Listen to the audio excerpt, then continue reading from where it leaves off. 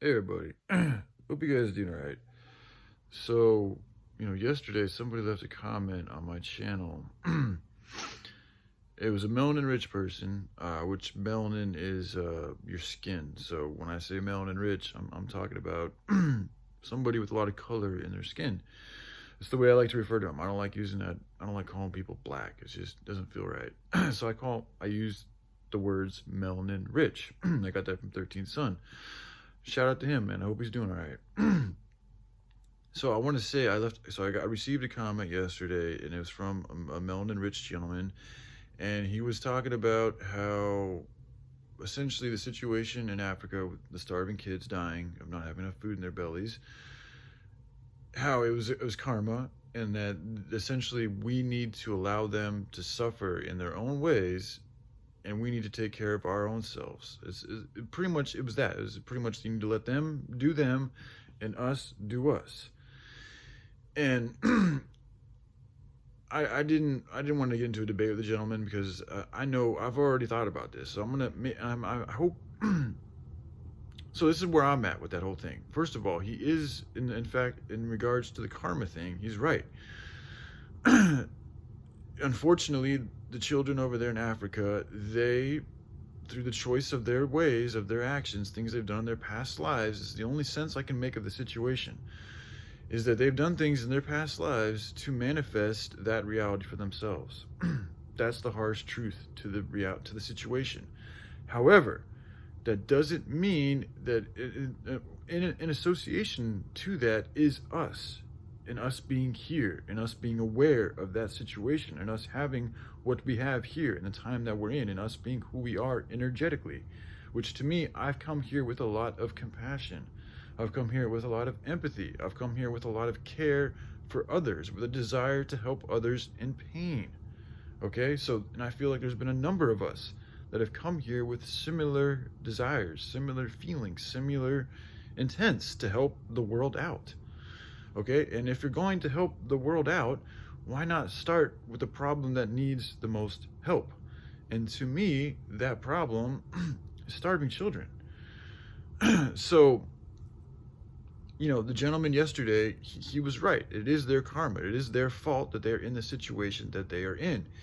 However, it's our good duty. If we are to be good people, good creatures, there's responsibilities that are required in order for you to be a real good person. Like, you can't just say you're a good person, you're a good person. No, like, there's things, attributes, actions, deeds, duties you must fulfill and do, or at least have the intent to do these and to progress in them in order to truly be growing in good. Because you can be good and be stagnant, not really growing much. And there's a lot of people that I think are in this category. So they're not growing. Now, in order to grow in good, you have to literally be doing things that are constantly challenging your growth, your goodness, because through that challenge, you're going to grow. So this is why we all, even as it says in the Bible, the good book, even Jesus grew in stature, in wisdom. We're all always growing. You think of it, the life of Yahushua, it was a constant challenge after challenge after challenge after challenge, and he just kept on learning from the lessons and growing from them. And that's how he grew in strength, in power, in wisdom, in love, in ability. And that's how he was able to do the things that he did. And I think there's a lot of things that he did that we're not even aware of because they don't want us to be aware of them, because a lot of what happened with him was used to portray a certain message. So anyway, I'm not going to get into all that, but so just with everything that's happening is happening for a reason. So we're here in America, especially with an abundance. We literally have the problem of having too much food here, whereas in Africa, they have not enough food, okay? In Africa, they have a lot of people, but they don't have enough jobs. So this is why, like, by changing the economy, you change the country. So the hemp plant can literally on its own pretty much perpetuate a whole infrastructure that's in harmony, that's good, that's literally good for everything that it's around. As far as like what it does, it doesn't really hurt anything that I've found. Like, it doesn't do anything bad to anything. Like, some people might have a little bit of an allergic reaction, but that's few and far between. But as far as like the plant world and the animal world, I have not come across any bit of information that talks about how hemp hurts anything. In fact, all it does is help everything that it's around. Not to mention, it can be harvested in 4 months. It's a very hardy plant. Now, it does need water, so you're gonna have to deal with the water in African situation. But there's ways to divert water from one point to another point. That's what the Egyptians did, largely with irrigation, especially with the technology that we have now. The problem is, it's literally the warlord. This is why we need initially there needs to be a very large force of people that have the abundance, the ability, the means to go and do so. They need to first go over there to help secure an area and to get rid of and wipe out and work with the local governments and get rid of the warlords that are controlling that area.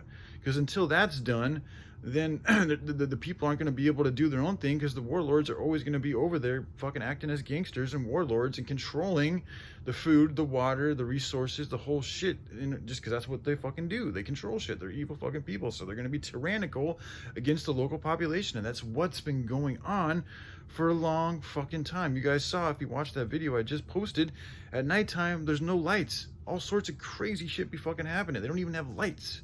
We're living in the 2024, and a lot of people in Africa don't even have fucking lights or proper sewage, the ability to use the restroom without it being fucking just gross shit, dude. Like, we can change this shit. Like, what situation demands, is yearning, is speaking, is radiating help more than that situation?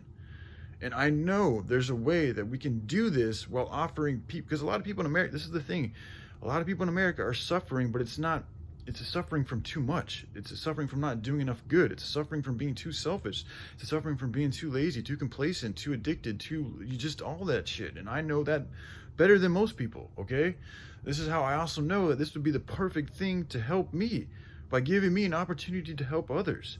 Like, even just cleaning up the garbage, like cleaning up the trash, planting flowers, planting crops, bringing back some beautification to the land and to the people, giving them something good to live and be around, to help boost morale, as well as give them jobs. You can do all of these things, as well as perpetuate a revenue and an economy for these people. So it's like the dude's comment is just like, and this is where I think a lot of people's heads are at, is that they are so caught up in their own pain and their own selfish misery, is largely what it is, that they feel like they can't help others, and that they also feel like they shouldn't be helping others. And it's a real sad situation, man. I'm just different. Like, when I walk past somebody in pain, something in me, there's a signal that goes off to where I want to help. I want to help alleviate in whatever way I can, not to enable, but to help out. That's why when we go over, the kids are kids, man. Now adults, I'm all about it. Even a starving adult, yes, I will definitely give them food, but I'm not going to continue giving them food if there's work to be done, okay? So this is why the best thing that we can do is help provide them work opportunities. But right now, they're starving to death, so they need emergency, immediate fucking aid. And so we develop that, we get a base point, we secure it, and then we start developing and thinking about ideas to perpetuating the hemp growth. And, I'm not going to get into specifics how the operation goes, but essentially that's what they need, is the hemp plant to work on that, to grow that, to help that build up their economy and their country in a good way, as well as giving them jobs, the ability to protect themselves, to feed themselves, to heal themselves, all of these things. But they also need the right type of people to go over there and help teach them and protect them while this operation is getting going. That's why here in America, what I'm working on is developing this idea to help develop automated systems that can literally pay people to learn the skills that are necessary to go over there and do those types of jobs. So, but again, I'm getting a little off track here, but the main reason for making this video was to share with the gentleman, if he watches this, to hopefully see that this is part of the lesson that humanity is at right now, is that we have become too obsessed with ourselves. We've become too selfish. Our hearts have become too heavy, man. Like, what we're doing to the planet, what we're doing to ourselves, the sickness is all around. And if we cared more for each other and less for ourselves, things would be better. It is what it is. Like, people in America are not starving because they don't have enough. They're starving because they're hurting because they have too much. Okay, so it's literally a polar opposite. So, like, the best way to fucking change that, to balance this equation out, is to redistribute the wealth, to redistribute the resource, to redistribute even the people Like, this is why people from America, and I think a lot of people from America would want to do this, because it would add flavor, it would add adventure, it would add purpose, it would add goodness to their lives, as well as getting them something fun to do. Because yes, you could give them an automatic weapon and all the gear and armor and shields and all that shit, and set them out in a good place where they can actually use those guns, those skills, and those desires in a good way, in a way that's actually serving God and not the devil. Because unfortunately, America especially has been largely compromised, and in the military too, by evil fucking people in entities and groups and men whom, I mean, if y'all, the military industrial complex, look it up. Wars make a ton of money. There's a lot of rich businessmen and women that have been using wars to perpetuate money for their own selfish fucking reasons. And it's not just the money, it's also the energy that comes from all the misery, the pain, the suffering. All that shit feeds demons. So on an energetic level and on a physical level, it's aiding the evil ones. Now, a righteous war, that's different. A war that's going in there with the intent, the specific intent to root out all of the evil fucking people from the ground up to the top. All of them. All of them. And going to the places that usually people don't go to, like the tunnels. Investigations need to be done underneath all of America's fucking major city tunnels, because that's rumored where a lot of this shit's going down. Okay, and if you think about it, it's one of the best ways to transport fucking kids and shit like that is underground, or railways. Is, I think, how I think they're doing it, because you can enclose a railroad, goes through cities, it goes all over the place, but you don't see what's inside railroads a lot of the times. They don't have the same type of traffic stops that cars do. You can put a ton of people in one fucking box. Okay, so anyways, essentially, what I was thinking about this yesterday, what the world needs is literally a large, good international army that's not controlled by any type of fucking government, not by any one person at all. This is why what I'm also going to do is develop a guideline to help us all follow, myself included. Because I don't want it to be one person, because one person can easily be compromised. But what you can't compromise is a document. That's why the Constitution, it was designed by a bunch of men. I mean, maybe more so by one, but it's not a man, it's not a mind that can be swayed. It's a piece of information that is what it is, and it's not up to the negotiation. It is what the fuck it is.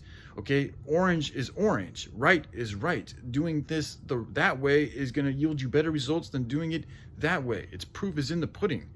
So as long as we have this guideline that we know works, that we know we can follow, and that we know it shouldn't be changed unless there's a good reason to change it, and there's even a formula that you can develop to help prove that it is actually a good change, and if it is thus a good change, then there's good reason to integrate that change into the plan. But essentially, keep the plan the same and don't allow any type of a change unless it's for absolute goodness. And there's a way to fucking measure goodness. And if it measures up to the goodness, allow it to go in and be changed and to do its change. And that's essentially what mankind needs. And if we can do that, we can save the day and fucking have a good future for everybody and everything. So, all right, I love you guys. I'll take care. Bye.